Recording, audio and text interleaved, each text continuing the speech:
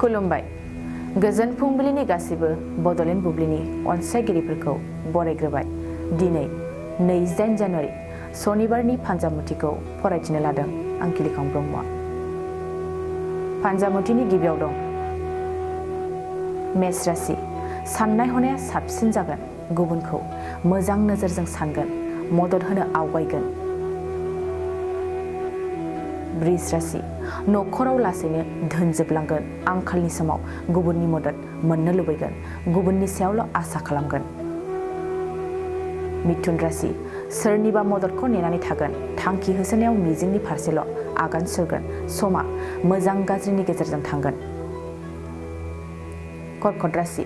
मावनो लानाय खामानियाव मुलाम्फा जागोन, जायखिजाया फालांगियावनो मुलाम्फा जागोन। सिंह राशि। नखराव असान्थि जागोन, संसारनि जेंनाखौ लानानै बिसि फिसायनि गेजेराव गोरोबलायनाय नङा।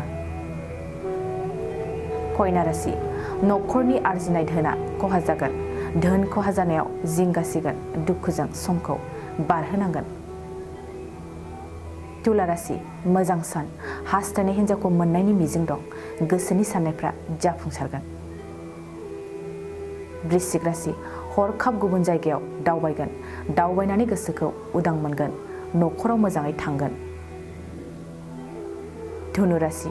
बिसि फिसानि फारसे जिंगासिगोन, गारबोनाय जाथायखौ गोसोखांनानै दुखु जागोन, दुखु जाहाजों समखौ बारहोहरगोन।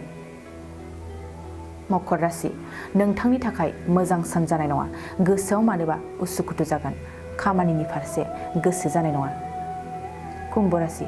हरखाब धोन फैनायनि मिजिं दं, लटारिफोर लायोब्ला जाफुंसारगोन, नखरनि धोनखौ लानानै गोग्गागोन।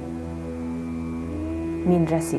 रांखावरिनि फारसे सांग्रां जा, जायखिजाया फालांगि खालामनायावनो खहा जागोन। दिनै सानसेनि राशि फरायथिनायाबो एसेनोसै। आसा खालामो नोंथांनि दिनैनि साना मोजाङै मोजां थांगोन। बेखौ बड'लेण्ड बुब्लि नखरनिफ्राय मिजिंथिबाय। गोजोन्थों।